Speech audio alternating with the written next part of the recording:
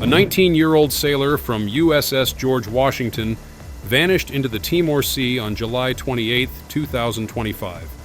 Within seconds, 90,000 tons of steel began executing emergency procedures that would determine if Joseé Antonio Rivera Lynch IV lived or died. The clock started ticking immediately, because in situations like this, every second literally means the difference between life and death.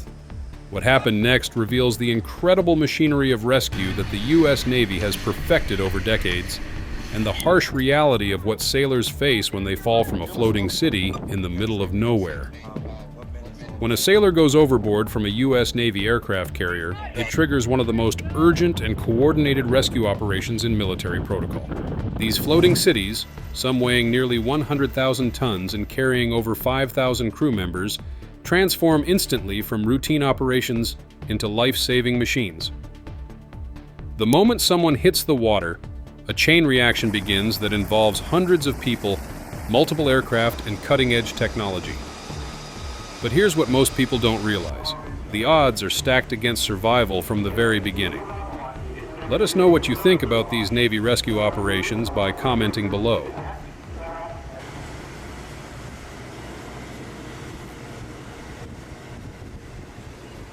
The first challenge is the sheer height. A Navy aircraft carrier's flight deck sits approximately 60 feet above the waterline.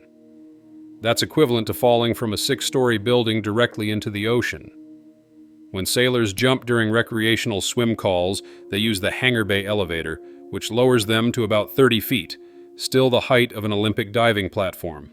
As one Navy veteran put it, jumping from that height, one could easily break their legs or neck. But the height is just the beginning of the problems.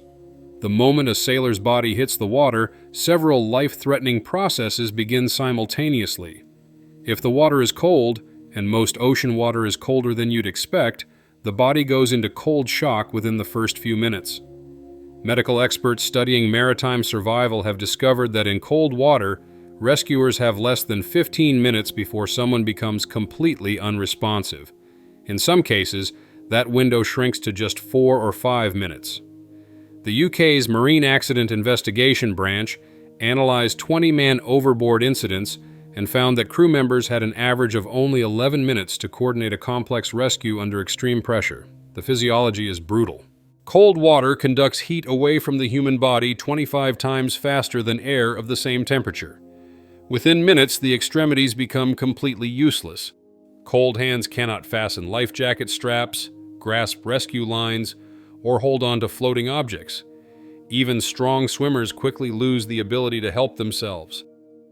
Here's where the U.S. Navy's response system becomes truly impressive. The instant someone spots a sailor going overboard, a specific protocol launches that has been refined through decades of real-world experience and tragic losses. The first person to see the incident shouts, "Man overboard," and identifies which side of the ship, port or starboard. This call gets repeated by every crew member within earshot until everyone on deck knows about the emergency.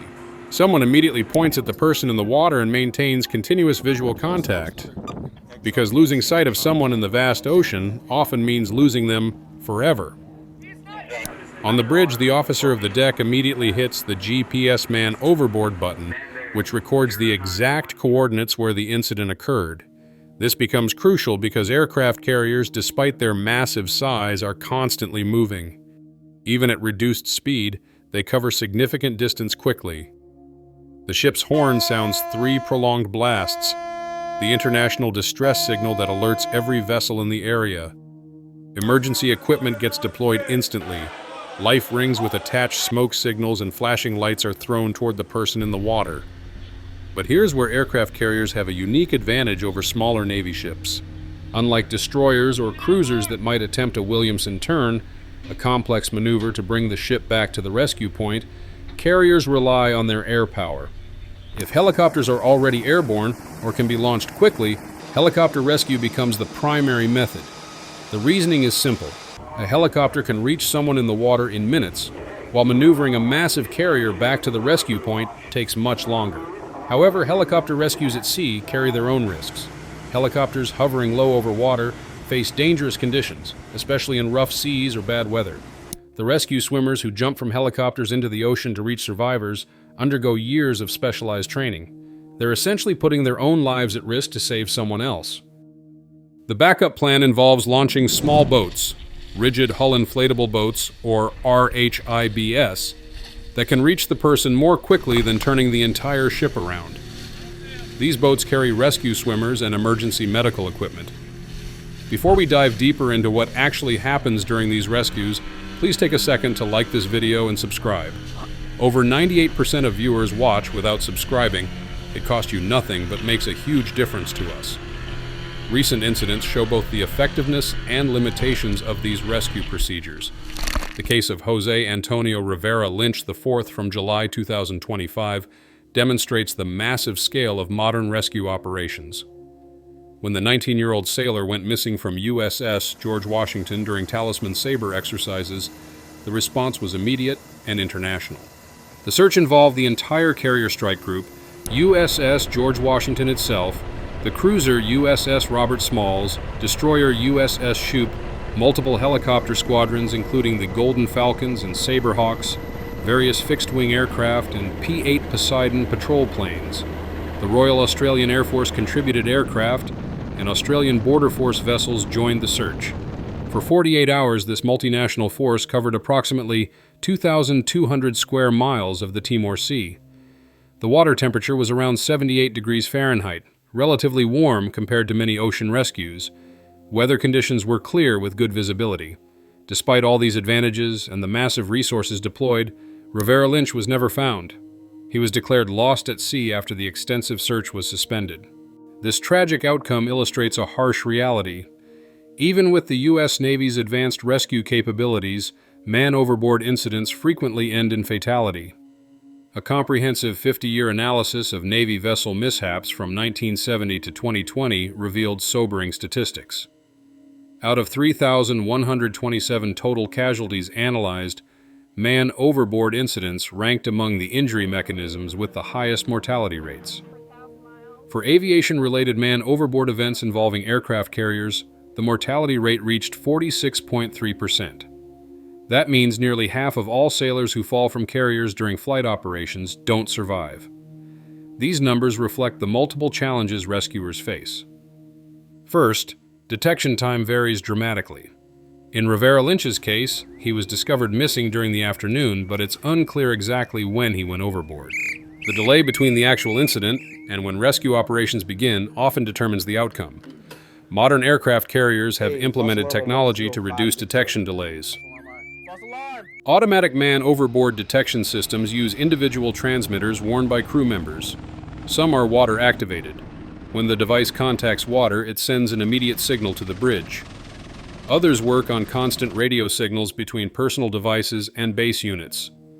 Losing signal or falling outside the transmission range triggers an alarm. The Navy has also improved survival equipment. Modern life jackets include personal locator beacons, whistle signals, and reflective tape for night visibility. Some newer designs automatically inflate when submerged and include built-in GPS transmitters. Training has evolved significantly too. Every Navy crew member receives man-overboard response training, and ships conduct regular drills. The procedures are practiced until they become automatic responses, because in real emergencies, there's no time to think through the steps. But technology and training can only do so much against the ocean's fundamental dangers. Water temperature remains the primary killer in most man-overboard situations. Even in relatively warm water, 75 to 80 degrees Fahrenheit, hypothermia becomes dangerous after extended exposure. The human body's core temperature is 98.6 degrees. In 60-degree water, which is common in many operational areas, an average person loses consciousness within 15 to 45 minutes. In near-freezing water, like conditions off Alaska or the North Atlantic, death can occur within minutes. Body composition affects survival time significantly. People with more body fat have better insulation and survive longer in cold water. Physical fitness matters too, but not always in expected ways. Highly fit individuals with low body fat actually lose heat faster than average. Age plays a role. Older individuals generally have reduced cold tolerance. However, panic and exhaustion kill faster than cold in many cases. Swimming to stay warm actually accelerates heat loss and exhaustion. Survival experts recommend staying still, adopting a fetal position with legs together and arms folded across the chest to preserve core body heat. The search and rescue coordination for man overboard incidents has become incredibly sophisticated. When USS George Washington reported Rivera Lynch missing, the operation immediately involved multiple commands. The ship's own resources included helicopters from several squadrons, each with specific capabilities. Helicopter Sea Combat Squadron 12, known as the Golden Falcons, operates MH-60S Seahawk helicopters designed for search and rescue. These aircraft carry rescue swimmers, medical equipment, and can hoist survivors directly from the water. Helicopter Maritime Strike Squadron 77, the Saberhawks, flies MH-60R Seahawks, equipped with advanced radar and sensors for detecting objects in the water. Their primary mission involves anti-submarine warfare, but their sensor capabilities make them valuable for search operations. The coordination extends beyond the immediate carrier group. Regional rescue coordination centers take control of large-scale searches, bringing in Coast Guard assets, Allied military forces, and even commercial vessels in the area. International cooperation in maritime rescue operations reflects long-standing traditions and legal obligations. The International Convention for the Safety of Life at Sea requires all vessels to assist in rescue operations, regardless of nationality. During the search for Rivera Lynch, Australian forces provided significant assistance, even though it involved a U.S. military operation. The scale of resources dedicated to individual rescues might surprise civilians. A single man overboard incident can involve dozens of aircraft, multiple ships, hundreds of personnel, and costs reaching into the millions of dollars. The Navy justifies this expense with a simple principle: no one gets left behind. This commitment extends beyond active duty personnel to veterans and military families watching these operations. Every rescue attempt sends a message that military service comes with a promise: if something happens, everything possible will be done to bring people home. Recent technological advances continue improving rescue capabilities.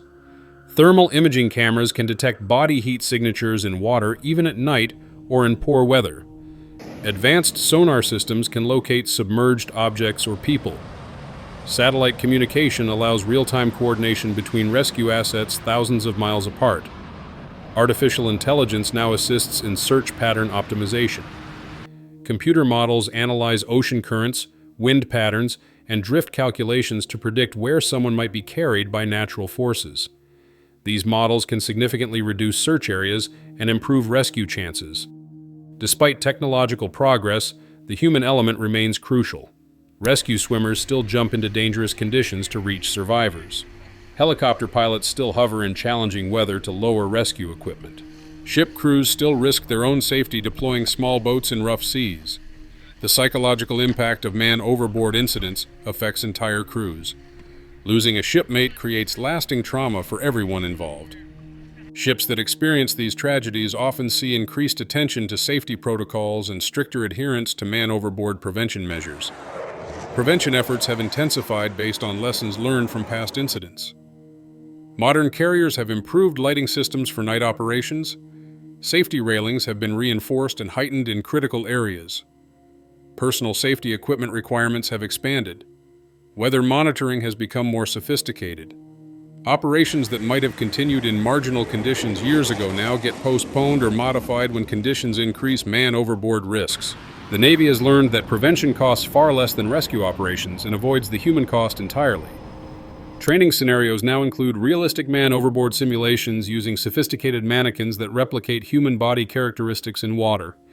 These training aids help rescue crews practice techniques in controlled environments before facing real emergencies. The evolution of rescue techniques reflects decades of experience and continuous improvement. Early Navy procedures relied primarily on ship-based recovery methods. Modern carriers integrate air, surface, and underwater rescue capabilities into coordinated response plans. Medical response has advanced dramatically too. Rescue helicopters carry advanced life support equipment and trained medical personnel. Ships have sophisticated medical facilities capable of treating hypothermia, near drowning, and trauma injuries that might occur during rescue operations. Recovery doesn't end when someone gets pulled from the water.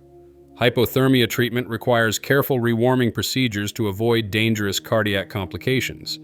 Medical teams train specifically for maritime rescue scenarios and the unique injuries they involve. The broader context of naval operations adds complexity to rescue situations. Aircraft carriers operate in contested waters where rescue operations might face enemy interference. Military planners must balance rescue priorities against operational security and mission requirements. During wartime or high-tension situations, extensive rescue operations could reveal ship positions or capabilities to adversaries. These difficult decisions highlight the challenging environment where naval personnel operate and the additional risks they face beyond normal maritime dangers.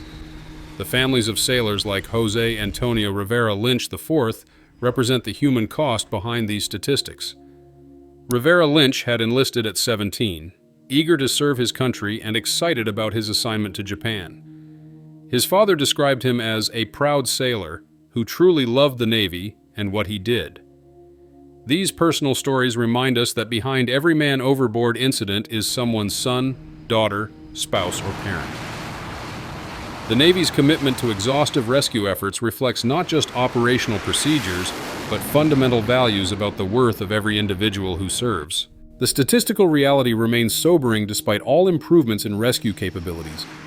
Maritime environment inherently dangerous, and aircraft carriers operate in some of the world's most challenging conditions. The combination of height, water temperature, detection delays, and rescue complexity means that man-overboard incidents continue to pose significant risks. However, the dedication and professionalism of Navy rescue personnel ensure that every possible effort gets made when these emergencies occur. From the moment someone hits the water until search operations conclude, the full resources of the world's most capable Navy focus on bringing people home safely. Conclusion. The next time you see an aircraft carrier, remember that beneath its impressive military capabilities lies an equally impressive commitment to protecting every person who serves aboard it. These floating cities represent not just American naval power, but American values about the worth of every individual who chooses to serve their country. Make sure to hit that like button and subscribe for more content about the incredible people and technology that keep America safe on the world's oceans.